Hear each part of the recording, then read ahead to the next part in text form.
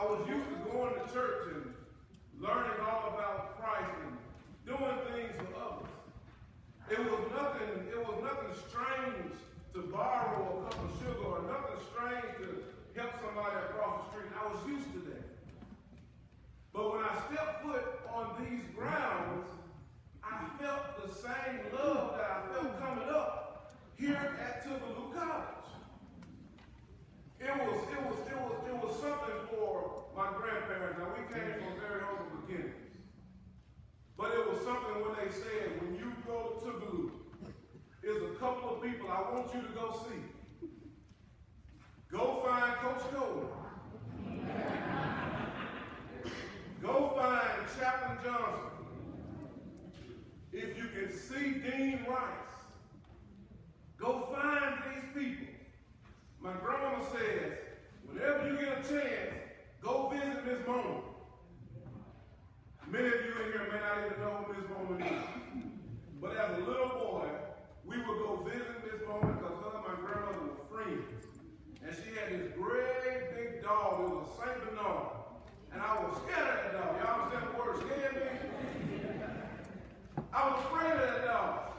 But we continued to go see Miss Mona. So when I got to Tougaloo, it wasn't strange for me to go visit Miss Mona. Because grandmama said, go visit Miss Mona. So here's the thing. I went and I found these people. Because as part of my legacy, I felt that it was necessary to find the connections that my loved ones had. Because I knew that if this was going to be a place that I called home, I need to know these people that they told me to get to know.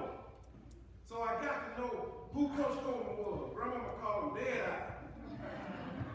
I got to know who he was, and he ended up being my professor, he ended up being my advisor, and now he's my supervisor. So I got to know who he was. I got to know who Chaplain Johnson was. At that time, I was far from being a minister of the gospel. But it was something about a connection with Chap, who I call Brother Chap. It was something about getting to know Chap that made me feel the same presence of the Lord here on Tougaloo campus that I felt whenever I went to church at home. So I'm trying to build a case here, my brothers and sisters, that there's no place like home. And when you step foot on these grounds, you too can have the spirit inside you to know that there's no place like home.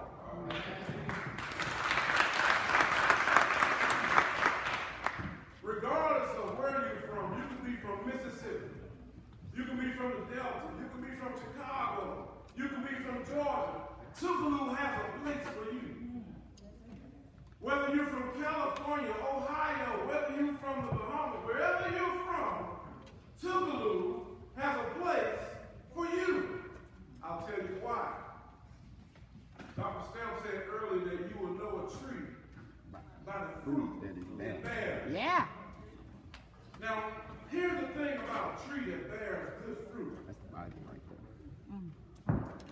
You can determine what kind of tree it is when you see the fruit. But what you never see are the roots that are beneath the ground. What you say, Reverend? No tree can stand, regardless of what kind of tree it is, unless it has some good roots.